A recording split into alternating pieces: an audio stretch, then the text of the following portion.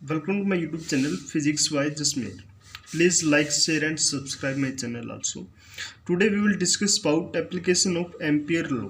ठीक है, ampere law क्या होता है, उसका क्या प्रूफ होते हैं, कैसे प्रूफ करते हैं, उसके हम वीडियो ऑलरेडी बना चुके हैं। उसका लिंक आपको डिस्क्रिप्शन में मिल जाएगा, आप वहाँ से उसको देख सकते हैं। तो आज हम क्या कर रहे हैं, उस एम्पियर लॉ की एप्लीकेशन। तो फर्स्ट एप्लीकेशन क्या है, magnetic field due to current in cylindrical wire. तो पहले क्या किया, सिलेंड्रिकल वायर, तो आपने क्या किया, एक सिलेंड्रिकल वायर को बना लिया, उसमें से कितना करंट फ्लो हो रहा है आपके पास, आई, जो कि अपवर्ड डायरेक्शन में मूव कर रहा है। अब आपको मैग्नेटिक फील्ड फाइंड आउट करना है इस वायर की वजह से जो सिलेंड्रिकल है आपके पास। ठीक है, तो आप क्या करोगे, 3 केसेस यहाँ पर हम डिस्कस कर रहे हैं। फर्स्ट केस क्या है, जब पॉइंट पी आपका वायर के बिल्कुल बाहर की तरफ है, मतलब आउटसाइड दी वायर है, यही तो लिखा हमने। When P is outside the wire at a distance R, तो सेंट्रल लाइन से, जो सेंटर के बिल्कुल सेंटर से पास हो रही है, उससे पी पॉइंट की डिस्टेंस कितनी होगी, आर मान ली हमने। ठीक है, तो सेकंड क्या करना हमने, draw an ampere loop of circle of radius R. तो हमने एम्पियर लूप को एक ड्रॉ करना है, जो जिस पॉइंट से आप निकालना चाहते हैं। तो ड्रॉ एन एम्पियर लूप, तो एम्पियर लूप को आप ड्रॉ करोगे एक बिल्कुल सर्कल, उसकी रेडियस भी कितनी होगी, आर ही होगी आपके पास। ये हो गया आपका एम्पियर लूप, उसकी भी रेडियस क्या आपके पास, आर है। ठीक है, इसको बोलते हैं हम एम्पियर लूप। ओके, तो एम्पियर लॉ क्या कहता है आपके पास, एम्पियर लॉ कहता है closed integral of B dot D L is equal to mu naught I. I क्या है यहाँ पर, जो सर्कल के अंदर करंट फ्लो कर रहा है, इस क्लोज्ड लूप के अंदर कितना करंट फ्लो कर रहा है, वो होता है करंट आपका आई। ठीक है, तो अब राइट हैंड साइड भी लेते हैं, बी डॉट डी एल, तो इसको क्या लिखोगे आप, बी डॉट डी एल, तो इसको क्या लिखोगे आप, B D L cos theta. यहाँ पर ये वेक्टर क्वांटिटी होती है। ओके, तो बी डॉट डी एल क्या होगा, B D L cos theta. तो यहाँ पर थीटा की वैल्यू क्या होगी, यहाँ पर 0 होगी। क्यों, क्योंकि मैग्नेटिक फील्ड और लेंथ वेक्टर की डायरेक्शन सेम डायरेक्शन में है, तो उसकी वजह से थीटा क्या होगा, 0 होगी। ये थीटा 0 कैसे आया, इस पर मैंने ऑलरेडी एक वीडियो बना चुके हूँ, तो वहाँ से आप इसको देख सकते हैं। ओके, थीटा की वैल्यू जब 0 रिप्लेस करोगे तो क्या आएगा आपके पास, close integral same to S चलेगा, B D L cos 0, cos 0 क्या होता है आपके पास, 1 हो जाएगा, ये यहाँ पर 1 हो जाएगा। ठीक है, तो यहाँ पर भी मैग्नेटिक फील्ड है, इसके हर एक पॉइंट पे क्या है, सेम है। सेम है तो क्या है, फिर कांस्टेंट है, कांस्टेंट तो हम उसको क्या ले लेंगे, बाहर की तरफ ले लेंगे। अंदर क्या आएगा इसका, यहाँ पर D L only. Okay, multiply by 1 है, तो यहाँ पर ये 1 ही रहेगा।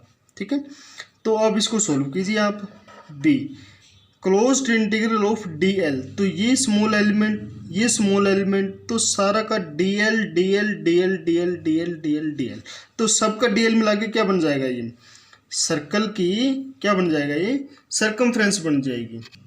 आप इसको इस मेथड से भी समझ सकते हैं। मान लीजिए ये सर्कल आपका एम्पियर लूप है, ये वाली length D L, small D L, जब आप इसको इन सभी इंटीग्रल करोगे डी एल का, तो क्या बन जाएगा, इस सर्कल की क्या बन जाएगी, ये सर्कमफ्रेंस बन जाएगी। तो वही तो लिखा हमने, close integral of d L क्या बन जाएगा आपके पास, 2 पाई इंटू रेडियस आता है, रेडियस कौन सी आएगी, जो उस लूप की रेडियस होगी। यहाँ पर लूप की रेडियस क्या है, स्मॉल आर है। ठीक है, अब हम एक चीज़ को डिफाइन करते हैं, जो हमने सिलेंडर एज्यूम किया है उसकी रेडियस कितनी है, उसकी रेडियस यहाँ से यहाँ तक की रेडियस क्या है, कैपिटल आर। ओके, तो यहाँ से B dot D L 2 pi R अपनी कर लिया। ठीक है, तो अब क्या करोगे आप,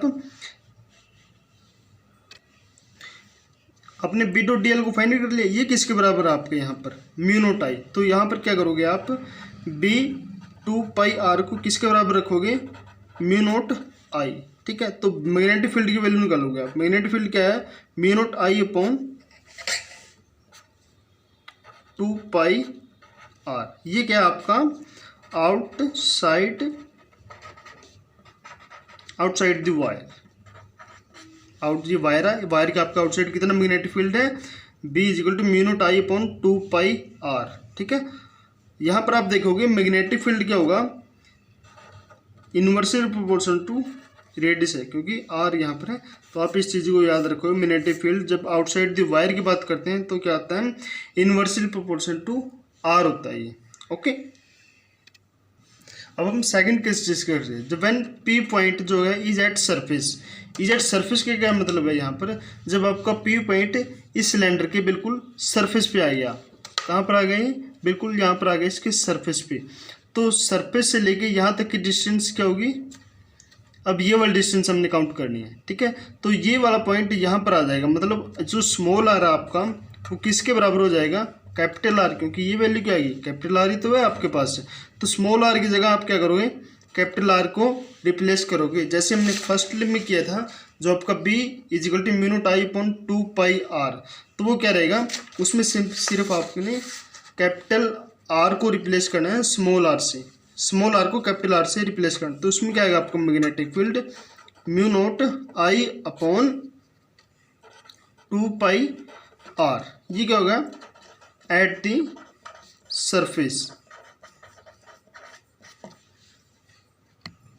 अब हम बात करते हैं थर्ड केस की, when P point is inside the wire. Inside the wire मतलब आपका पी पॉइंट कहीं यहाँ पर है आपका पी पॉइंट, ठीक है। तो आप क्या करोगे, व्हेन पी पॉइंट, जब पी पॉइंट हमने डिफाइन कर लिया तो आप क्या करते हैं, ड्रॉ एन एम्पियर लूप। तो एम्पियर लूप आप ड्रॉ करो, इसके अंदर रेडियस उसकी पी पॉइंट से सेंटर से डिस्टेंस कितनी होती है, आर होती है। ये हमने आर इसको यहाँ से डिफाइन कर दिया।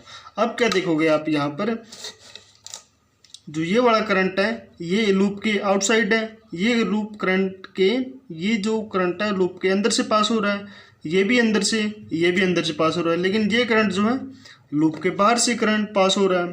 तो ये वाला करंट कौन सा होता है, म्यू नॉट आई वाला, जो लूप के अंदर से पास हो रहा है। लेकिन सारा करंट लूप के अंदर से पास थोड़ी हो रहा है यहाँ पर। तो आप क्या करोगे, उस करंट की वैल्यू निकालोगे जो इस लूप के अंदर से पास हो रहा है, ठीक है। तो आप क्या करोगे, टोटल में से करंट कितना पास हो रहा है, टोटल एरिया में से, टोटल एरिया में से करंट कितना पास हो रहा है, टोटल एरिया कितना होगा इसका, पाई आर स्क्वायर, क्योंकि रेडियस क्या की आर है। पाई आर स्क्वायर में से कितना करंट फ्लो हो रहा है आपका, आई एम्पियर, ठीक है, आई एम्पियर। तो आप पर यूनिट में से, पर यूनिट एरिया निकालोगे, पर यूनिट एरिया में से कितना करंट फ्लो हो रहा है, आई पॉन पाई आर स्क्वायर। आप क्या करोगे, इस वाले एरिया का निकाल लोगे, इस वाले एरिया के क्या करोगे आप, current in, current throw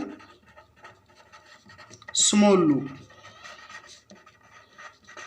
small loop जो हमने स्मॉल लूप ये कंसीडर किया, इसमें से करंट कितना होगा, इससे मल्टीप्लाई करा दो, I upon pi R square into pi small R square, small R इस जो इसकी ये वाली रेडियस। तो इसका नाम दे दिया मैंने आई डैश, ठीक है। तो इसका अंदर जो लूप के अंदर से कितना करंट पास हो रहा है वो दे दिया मैंने नाम इसको आई डैश। तो वही फार्मूला लगाओ आप।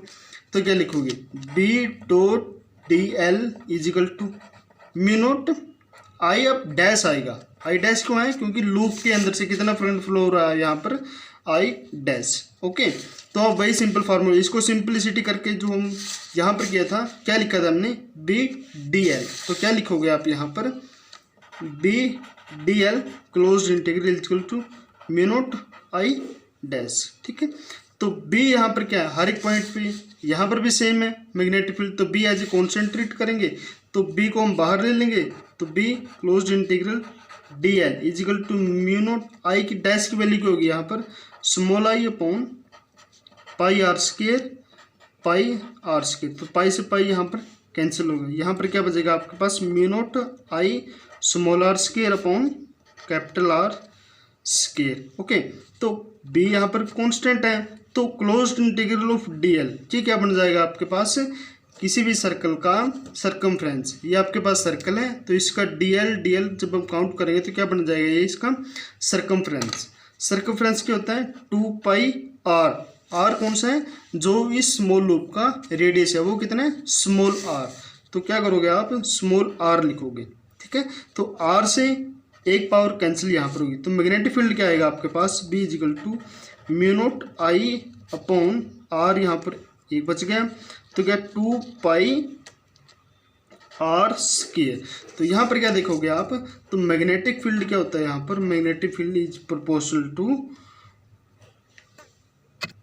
मैग्नेटिक फील्ड क्या होता है 1 प्रोपोर्शनल टू आर। ठीक है, ये कौन सा केस हो गया, इनसाइड द वायर। ओके, अब क्या करते हैं, हम एक ग्राफ को ड्रॉ करते हैं किस किस के बीच में, जो आर की वैल्यू हम चेंज कर रहे हैं, पी पॉइंट को एडजस्ट कर रहे हैं और मैग्नेटिक फील्ड बी पर। ठीक है, जब आप देखोगे बी एट सरफेस उसकी क्या वैल्यू होगी, इसकी वो क्या था आपके पास, तो एट द सरफेस क्या होगा आपके पास, मैग्नेटिक फील्ड 1/r है। इनसाइड में क्या होगा, मैग्नेटिक फील्ड एट इनसाइड यहाँ पर क्या होता है, magnetic field is proportional to R, magnetic field at outside क्या होता है, मैग्नेटिक फील्ड आपका इन्वर्सली प्रोपोर्शनल होता है। ये तीनों फैक्टर हम डिस्कस कर चुके हैं। ओके, अब इनको हम ग्राफ बनाएंगे। तो एट इनसाइड में जब हम बात करें तो मैग्नेटिक फील्ड क्या है, प्रोपोर्शनल टू आर है। तो प्रोपोर्शनल टू आर है, जैसे जैसे आर की वैल्यू हम इंक्रीज करेंगे तो मैग्नेटिक फील्ड भी क्या होगा आपका, इंक्रीज करता हुआ चला जाएगा। ठीक है, लेकिन कहाँ तक इंक्रीज करेगा, एट द सरफेस तक। लेकिन जैसे सरफेस से हम बाहर जाएंगे या एट द सरफेस बात करेंगे या फिर आउटसाइड जाएंगे जब हम सिलेंडर से, तो वो क्या करेगा, इन्वर्सली प्रोपोर्शनल टू आर है। इन्वर्सली प्रोपोर्शनल टू आर है, इसका क्या मतलब है कि आपका मैग्नेटिक फील्ड डिक्रीज होता हुआ चला जाएगा। ये इनसाइड की बात करें जब पी आपका डायरेक्टली प्रोपोर्शनल टू आर है, और ये किसकी बात करें जब आपका इन्वर्सली प्रोपोर्शनल टू आर है। ओके, तो ये वाला कौन सा पॉइंट होता है आपका, आर। ओके बेटे।